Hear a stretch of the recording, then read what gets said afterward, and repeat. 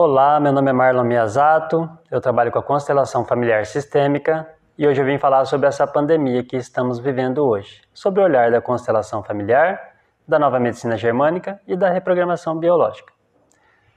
Para quem não conhece a constelação familiar, eu tenho um vídeo de 25 minutos gravado no meu canal, eu peço que assistam para conhecer um pouco mais sobre a constelação. E no caso da nova medicina germânica e reprogramação biológica, como poucas pessoas conhecem esses estudos aqui na nossa região, eu vou fazer uma pequena introdução sobre esses dois estudos. A nova medicina germânica, ela foi desenvolvida por um alemão chamado Dr. Hammer. Ele é médico, oncologista e ele trabalha com pacientes de câncer. E há 30 anos atrás, mais ou menos, o filho dele levou 2 tiros e morreu. E logo em seguida, Dr. Hammer e a esposa também, eles foram diagnosticados com câncer. Então, Dr. Hammer naquele momento achou estranho, ele por ter uma alimentação saudável, praticar exercício físico, ele vivia uma vida saudável. Então, ele associou a perda do filho com o câncer. E daí, naquele momento, então, ele pesquisou com os pacientes dele, inicialmente 200 pacientes, e percebeu que todos tiveram também conflito antes de apresentar o câncer. Então ele apresentou esse estudo para o Conselho de Medicina, mas foi recusado. Então, naquele momento, o Dr. Hammer deixou a medicina tradicional e desenvolveu a nova medicina germânica, que hoje percorre o mundo, inclusive veio até o Brasil, sendo que começou na Alemanha. E Dr. Hammer nos passou 5 leis biológicas. Então, a partir dessas 5 leis é que as doenças são desenvolvidas no nosso corpo, como um programa biológico de sobrevivência. Então, gostaria de falar um pouco sobre essas 5 leis, que são a base da nova medicina germânica. A primeira lei diz que para iniciar, então, esse programa biológico de sobrevivência, que nós chamamos de doença, é preciso que seja vivido um conflito inesperado e dramático. Ou seja, um trauma, onde eu sou pego de surpresa e me causa um sofrimento. A segunda lei é a lei bifásica, onde nós temos a fase ativa de conflito, ou seja, quando nós estamos vivenciando um conflito, e a fase de resolução de conflito, que nós chamamos fase de cura. Então, o nosso sistema nervoso autônomo, quando nós estamos acordados, o que acontece no nosso corpo? O nível de glicose no sangue aumenta, a pressão arterial se eleva, o batimento cardíaco se eleva, a musculatura fica mais rígida, os esfíncteres urinários e fecais, eles se abrem, e à noite, então, nós entramos numa vagotonia, num relaxamento, que acontece o processo inverso, ou seja, os esfíncteres urinários e fecais, eles se contraem, a temperatura do corpo se eleva, o nível de glicose no sangue abaixa, a frequência cardíaca abaixa, Então nós entramos nesse estado de relaxamento, onde vão ter as reparações dos tecidos, que aconteceram durante o dia. Então, ou seja, quando nós estamos em um estado de alerta, nós estamos vivenciando um conflito, nosso sistema nervoso autônomo ele fica hiperestimulado. Isso faz com que eu não sinta a maioria dos sintomas. Imagine que eu estou na selva e aparece um leão e eu estou com diarreia. O que acontece? Nesse momento, o meu hipotálamo capta aquela situação e começa a mandar sinais e produzir hormônios, para dizer que há algo estressante aqui, há um conflito, não está normal. Então, meu corpo começa a funcionar diferente.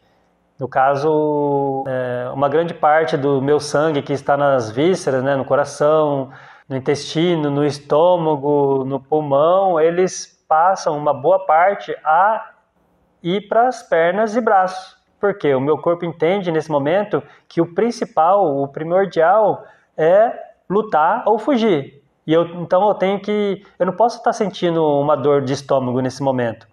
Eu não posso estar passando mal, eu não posso ficar com dores, ou sentir frio, ou sentir calor, ou sentir fome.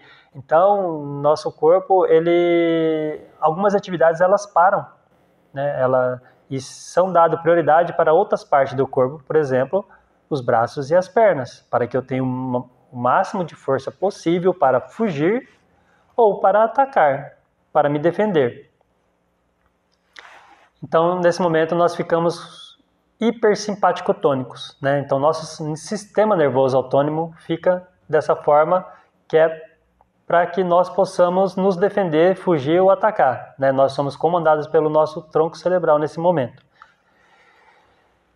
E aí, o que acontece? Então, né, na selva, se a gente pega o exemplo da selva, como que os animais agem, né? Então, até nos animais e também, né, como nós agimos antigamente, né, há milhares de anos atrás, né, que hoje está um pouco diferente, né? Nós vivemos numa sociedade e nós temos os relacionamentos e tudo mais, por exemplo, né? Então, por exemplo, eu não posso simplesmente porque eu tive um medo no trabalho, eu não posso sair do trabalho porque eu tive um medo ou tive uma raiva. Eu tenho que conviver com esse medo, com essa raiva, mesmo tendo, né? Só que na selva não é assim, né? Então, se um animal se depara com um leão, né? Uma zebra ou um veado se depara com um leão, o que acontece? Ele vai lutar ou fugir. E isso vai durar alguns minutos. Então, isso quer dizer que daqui 5, 10 minutos acabou o medo dele. Acabou a raiva, acabou a fúria, acabou qualquer sentimento.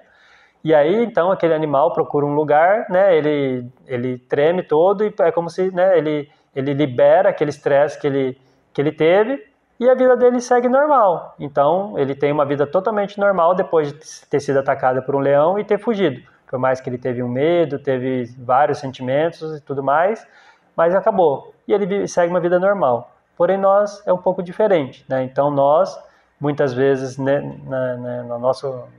no nosso mundo hoje, nós passamos por momentos, né, de medo, de raiva, frustração, autodesvalorização, e nós muitas vezes perduramos, né? Então,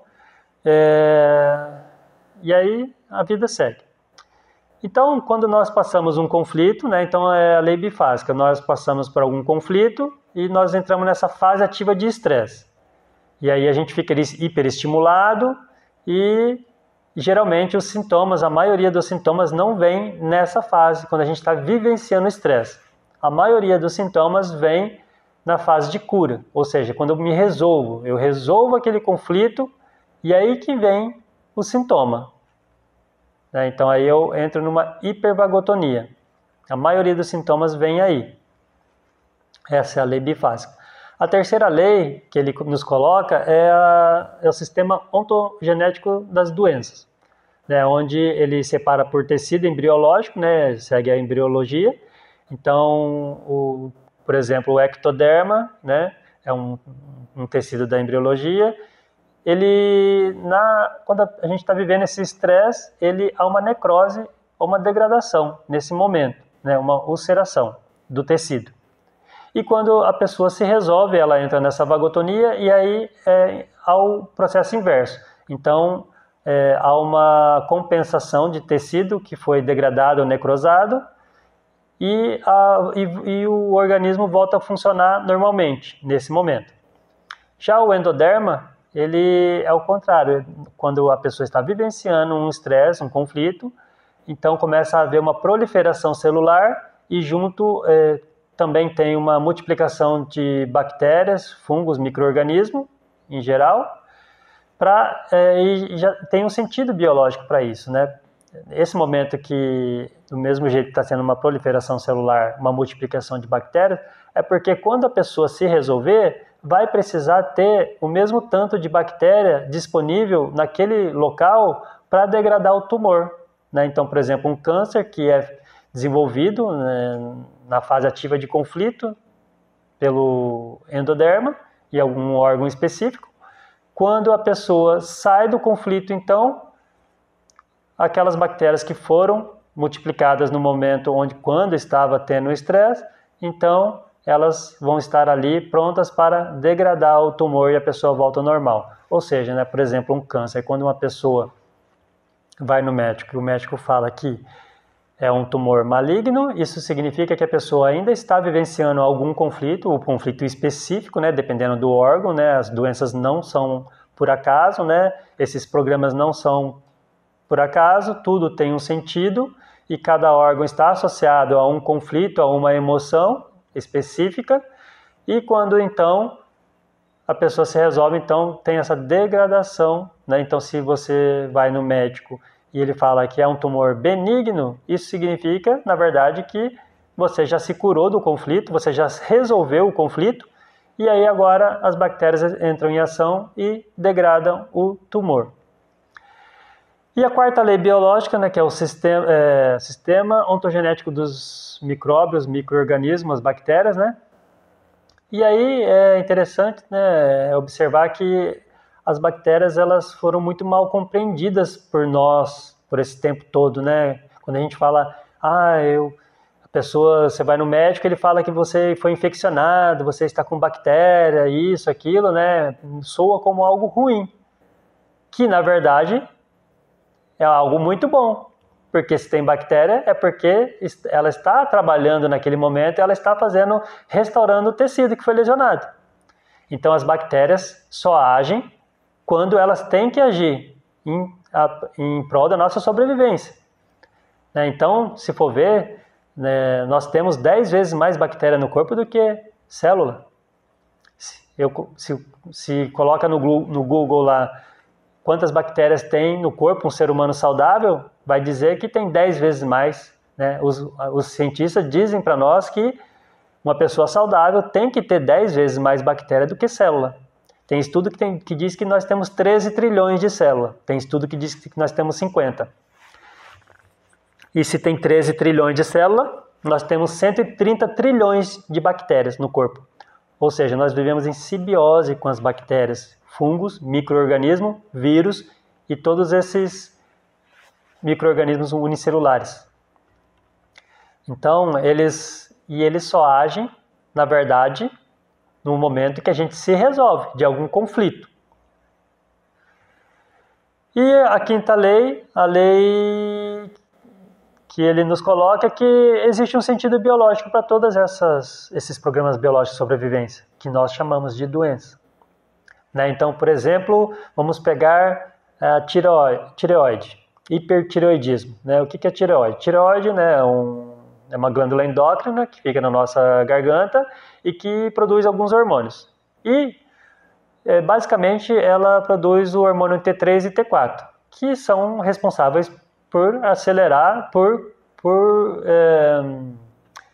controlar o metabolismo do nosso corpo. Né? Então, elas que controlam o metabolismo. Então, agora imagine por que uma pessoa teria hipertireoidismo. Né? Então, a nova medicina germânica nos coloca que quando a gente tem um sentimento de impotência em relação ao tempo, onde eu preciso fazer algo e não dá tempo, eu tenho a sensação, nossa, eu corro e isso me causa um conflito, me causa algo grave, né? Por exemplo, qualquer situação onde eu preciso chegar a tempo, fazer a tempo, que se não der tempo, aquilo vai me causar um transtorno, né? Ou um conflito.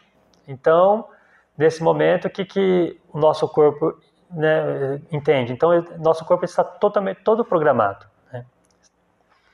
Então, se eu tenho um conflito desse tipo, por exemplo, né, onde eu tenho uma impotência em relação a fazer algo e não conseguir, não dá tempo de fazer, então há uma proliferação celular na glândula endócrina tireoide. E por que isso? Né? Porque se a gente parar para pensar, se há uma proliferação celular na tireoide e ela fica maior, o que ela vai fazer? Ela vai produzir mais hormônio. Uma tireoide maior produz mais hormônio. Né? Então, se eu produzo mais hormônio, vai ter uma metabolização do meu corpo mais rápida. Isso vai fazer com que eu fique mais rápido. Né? Então, quando eu estou vivenciando esse conflito, né, de ter que ser rápido, então o meu corpo ativa esse mecanismo para que eu seja realmente mais rápido, né? E aí o que acontece? Então depois disso eu me resolvi. E já não, né, já passou, por exemplo, era uma prova que eu precisava, que era a prova da minha vida, e eu tive que correr e não deu tempo, e então eu tive essa sensação, nossa, eu tinha que ter sido mais rápido. Maravilha, não fui, então perdi a prova, houve essa proliferação celular, fiquei com hipertiroidismo, passa um tempo, deixo para lá, resolvi, tudo bem, eu faço outra prova ano que vem, tudo mais. E aí resolvi o conflito. Aí o que vai acontecer depois? A pessoa vai entrar em hipotiroidismo, né? Que é como ela se resolveu, então a tireoide percebe que não há mais a necessidade de produzir tantos hormônios assim, né? Então a pessoa entra num quadro de hipotiroidismo. E aí vai ter alguns sintomas, né? Então aí que tá, né?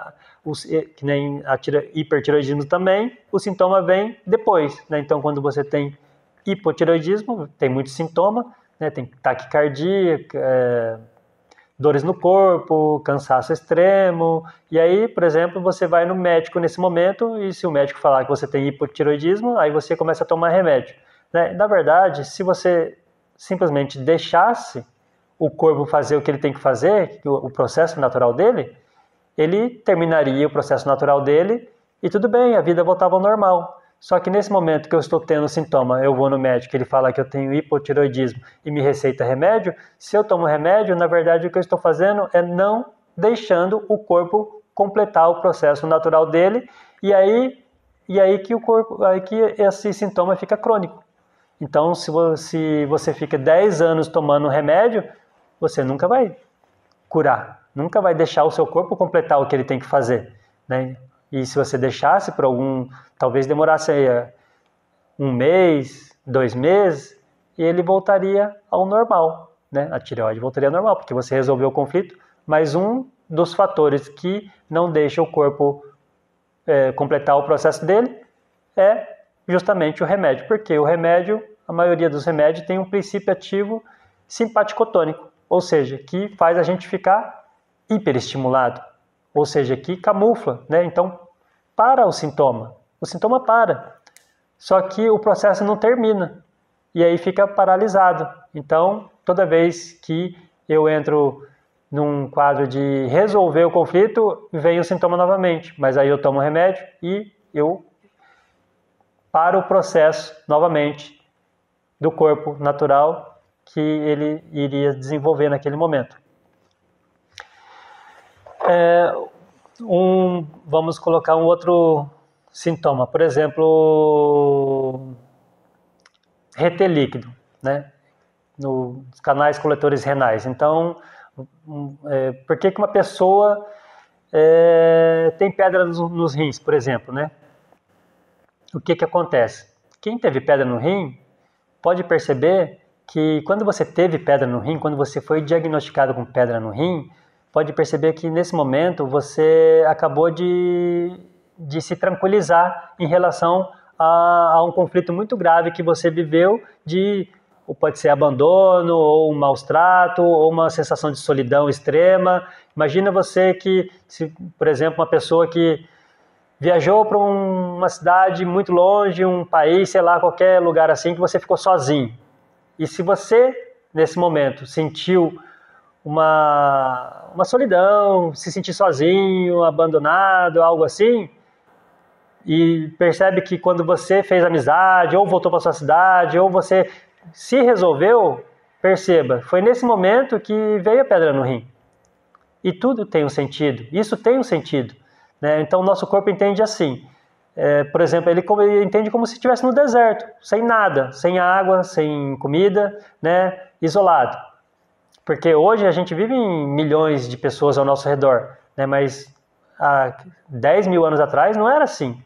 E foi quando, não sei quando na verdade, mas há muito tempo atrás que o nosso corpo segue um padrão, né? Então essas memórias, esses mecanismos foram desenvolvidos há milhares de anos atrás, né? Então imagina você no deserto, isolado, sem nada.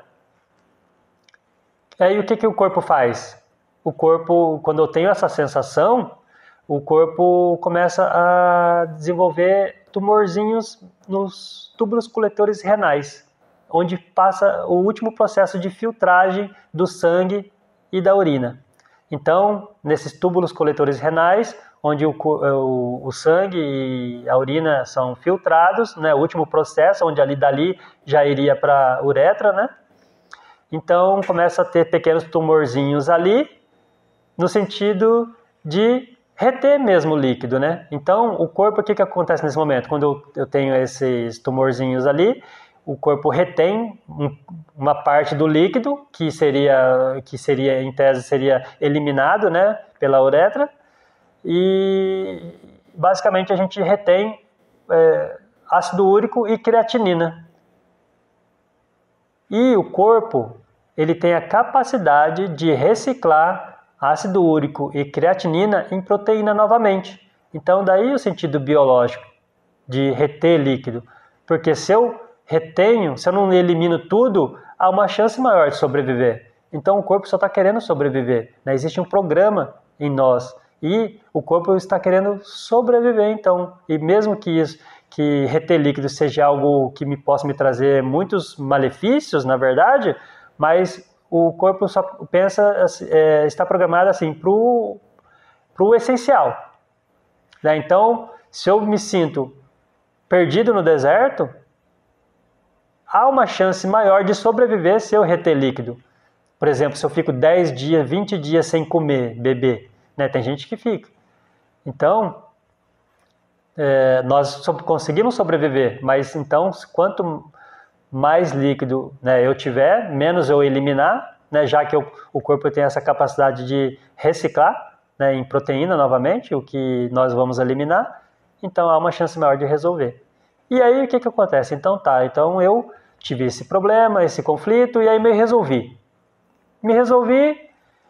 E aí voltei para minha cidade, né? Eu estou me sentindo bem agora, me resolvi. Então, na hora que eu tenho essa sensação de resolver, perceba que, né, nós, vamos dizer, é como se fosse um botãozinho, né, para rodar o aplicativo, ou o programa, ou parar ele, é a nossa sensação, a nossa sensação, a nossa visão, a nossa percepção, né? A nossa psique capta a realidade e é isso que faz iniciar ou parar um programa biológico.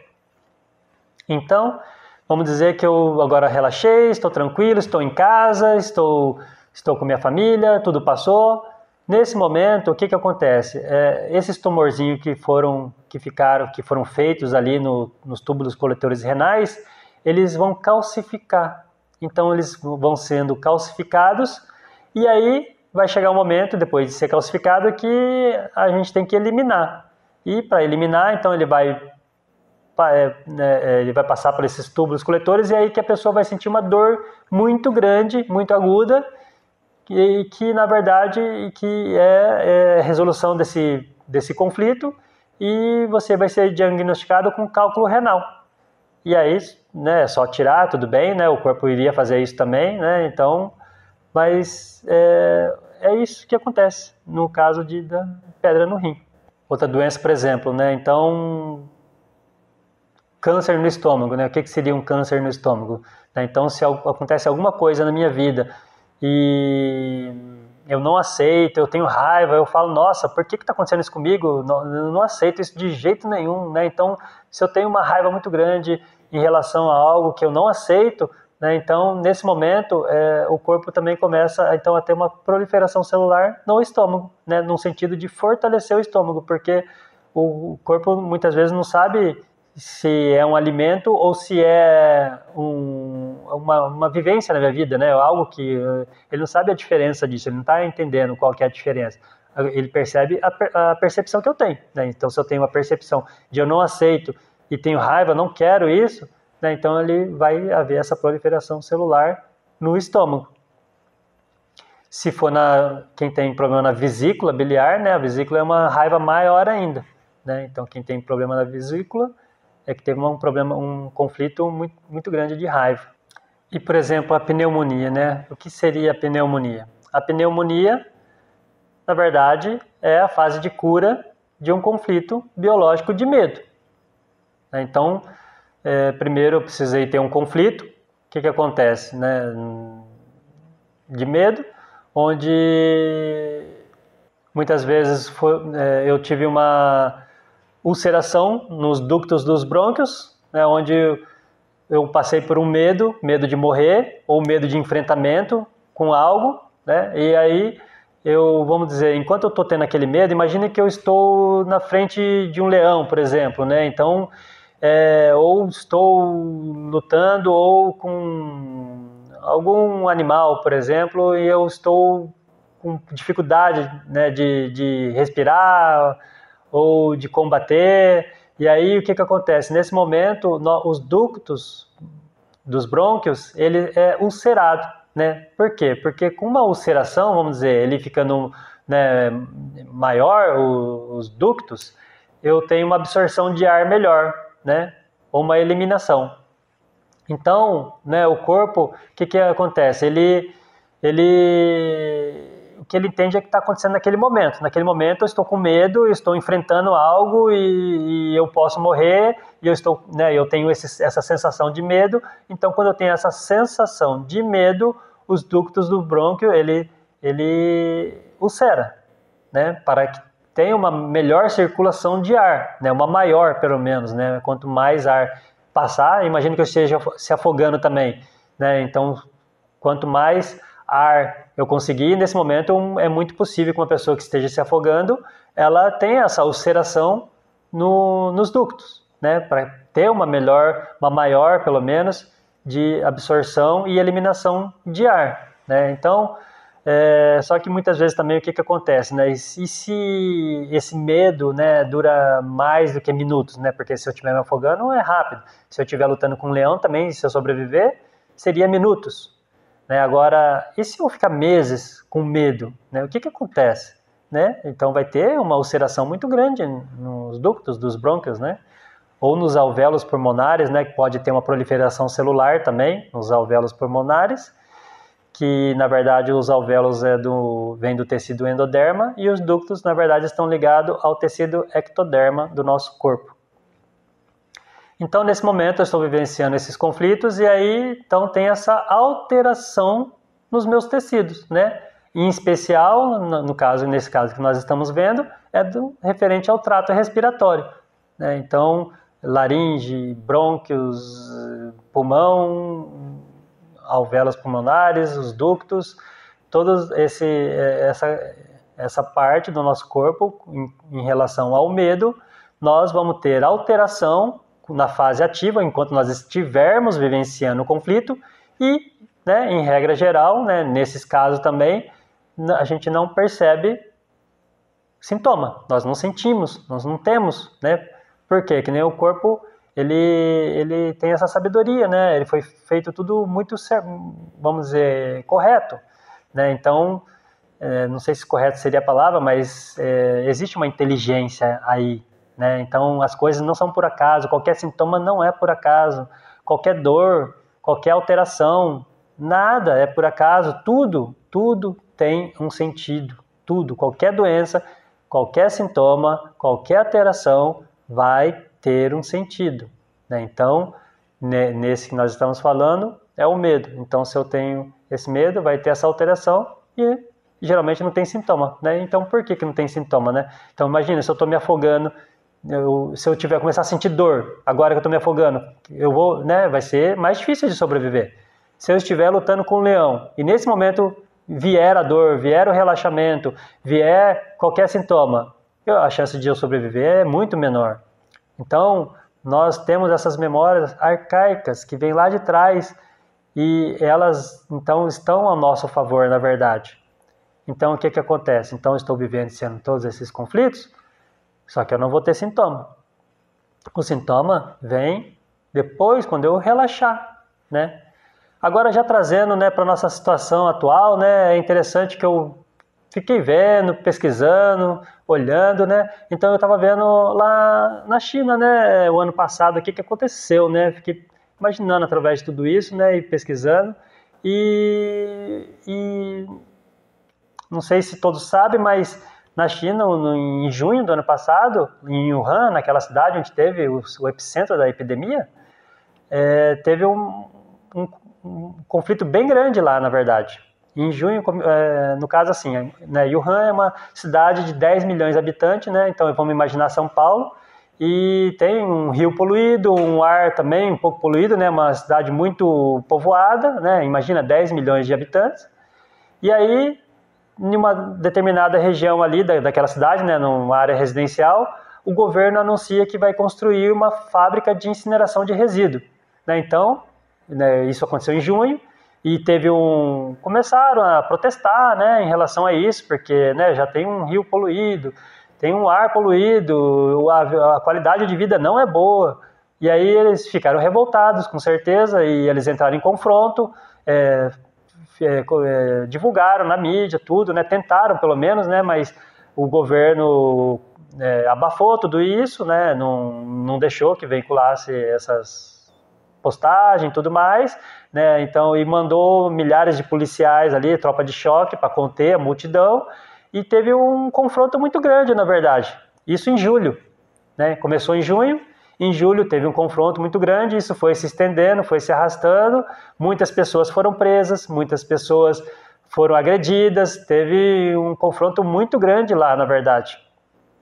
E aí, o que acontece? Em dezembro, mais ou menos, que foi resolvido isso, né? Mudou alguma coisa ali, né? Depois de tudo isso.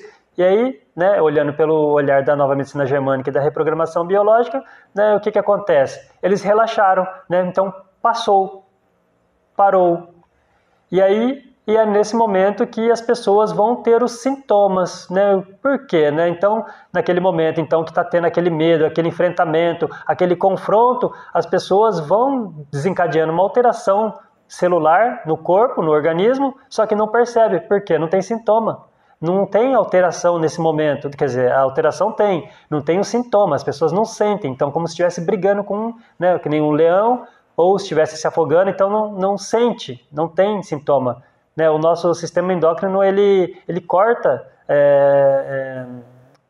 muitos dos nossos sintomas, por exemplo, né, nesse momento, para que nós possamos ter essa força, né, essa energia, por exemplo, né, então o nosso sistema endócrino, ele redireciona toda não, mas uma boa parte do nosso sangue, das vísceras, por exemplo, que está no coração, no pulmão, no fígado, no pâncreas, para o braço e perna. Por quê? Né, porque nesse momento não é interessante quer dizer, não que não seja interessante, mas o mais importante nesse momento é ter o máximo de força e energia possível nos braços e perna para reagir, para fazer alguma coisa. Então, nesse momento, eu não tenho sintoma. Então, imagina que eu estou na selva, com diarreia, e tem aparece um leão do nada. O que acontece? Se eu for sentir a diarreia nesse momento, eu não vou conseguir brigar com o leão ou fugir, né? Então, o nosso sistema, ele simplesmente corta os sintomas, né? Porque nós estamos enfrentando, nós estamos conflitando, né? Então, nós precisamos dessa energia nesse momento. Então, quando eu relaxo, entro nessa vagotonia, né, do sistema nervoso autônomo, na hora que eu relaxo, entra nessa fase de reparação de tecido. E nesse momento é que vai haver o sintoma. E nesse momento é que as bactérias vão agir. Bactérias, fungos, micro-organismos, micobactéria, micróbio e vírus. E aí que entra esse vírus, né, o corona. Então, depois de ter um conflito grandioso desse, as pessoas resolveram, relaxou, viu que não vai ter mais problema, e aí o corpo relaxa e entra nessa hipervagotonia. E aí o que acontece nesse momento? Então as bactérias vão agir, as bactérias, elas agem nesse momento, né, na hora de restauração de tecido. Né? Então, por exemplo, uma inflamação. né? Não é à toa que inflama, né? E quem inflama? Se você vai no médico e fala, inflamou meu joelho. Então toma esse anti-inflamatório, toma esse antibiótico. Né? Mas na verdade, quem inflamou não foi as bactérias. É porque se você faz um exame e vê lá inflamado, alteração, tá doendo, e bactéria, fala, foi a bactéria, né? A bactéria.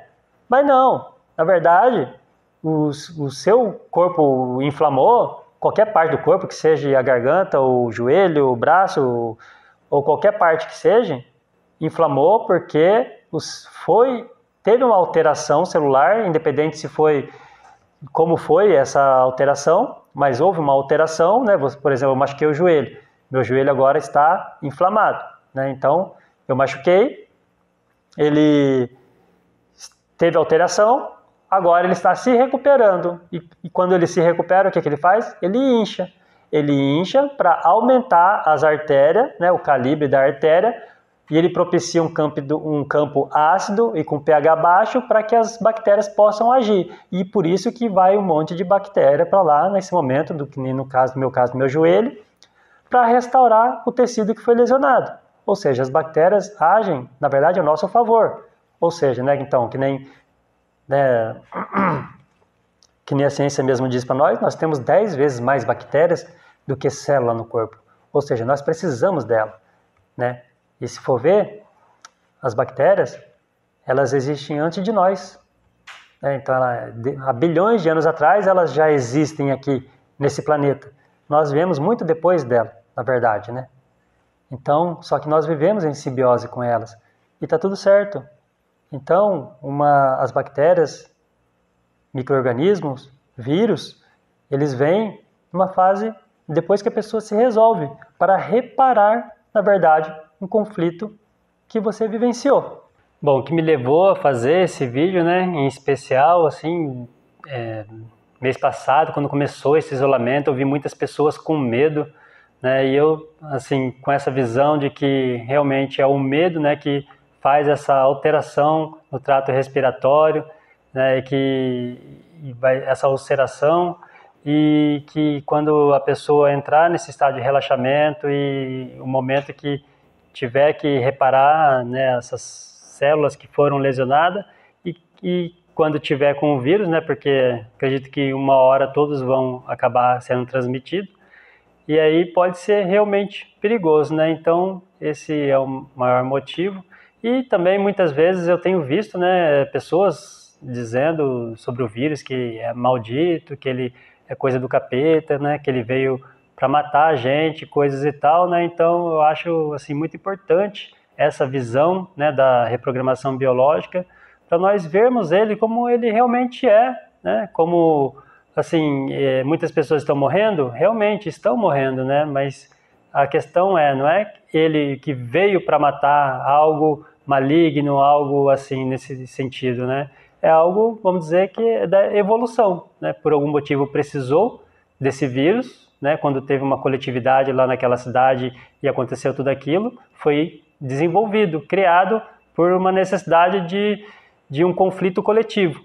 E aí é necessário se passar para muitas pessoas, né? Assim que se passa um vírus, né? Através do contato, e nós temos contato continuamente, sempre, né? Então, e também, no caso, a mídia, né? Como que a mídia enfatiza e mostra muita calamidade, tantas coisas ruins, né? Então, até nas constelações, algumas constelações que eu presenciei, como que estava lá, né? Até uma em especial que foi feita na água, foi muito interessante, que estava a mídia, a morte, o medo e a população junto, né? Ou seja, a população que está na mídia e está com medo, está com a morte. Então, isso é muito importante, né? Quanto menos puder assistir esses programas, televisão, a mídia, e sair desse mundo de medo, né? Isso é muito importante, né? Que nem naquele exemplo do afogamento ou do leão, no corpo nós não fomos feitos para ter medo por muito tempo. Nós fomos feitos para ter um medo, para nos resguardar, né? Para nos proteger, para nós agirmos. Só que no nosso mundo agora, nós ficamos muito tempo com medo, isso que é o problema. Então, fica muito tempo no medo, fica muito tempo ulcerando os ductos dos brônquios, e aí, quando for ter que fazer o movimento inverso, que é reparar essas células que foram lesionadas, aí pode estar o perigo, né? Então, quanto menos a gente sair, quanto menos a gente ficar nesse medo, né? E também umas palavras de um médico que eu achei muito interessante, né? Quando perguntado o que aumenta a nossa imunidade, ele falou que é ser visto, ser olhado e ser valorizado, né? Então é algo que nesse momento muitos de nós não estão tendo essa oportunidade, né? Porque nós estamos isolados, né? Então dificilmente estamos sendo vistos ou tocados ou valorizados, porque também não estamos trabalhando. A questão é também, então, nesse momento, né, já que é uma lei, então eu vejo assim, o que eu posso fazer nesse momento, né? Por exemplo, então, ver as pessoas que moram comigo, né, contribuir, já que eu tenho essa consciência de quão importante é, no caso, aumentar a imunidade nesse momento, que é justamente o que nos protege de um vírus, por exemplo, né? E isso é tão verdade que os médicos injetam hormônio de estresse em pacientes que vão receber algum órgão, um implante. E por que eles fazem isso, né? Porque se você injeta hormônio de estresse no corpo daquela pessoa, a imunidade dela não rejeita o órgão que vai ser implantado nela. Então, realmente, os médicos usam isso, né? Então, é algo que eles usam mesmo, né? Ou seja, se a gente está estressado, nossa imunidade cai, né? E agora, em especial, é importante estar com a imunidade alta, né? Então, se eu não posso trabalhar, mas o que eu posso fazer, né? Estudar, ler um livro de autoajuda ou do meu trabalho, né? O que eu posso estar fazendo nesse momento para continuar, né? E esperamos, claro, que termine logo esse isolamento, essa crise, essa pandemia, e uma hora, né, daqui a pouco vai acabar, tudo vai voltar ao normal e a gente vai seguir. Então era mais ou menos isso que eu queria transmitir, e gratidão.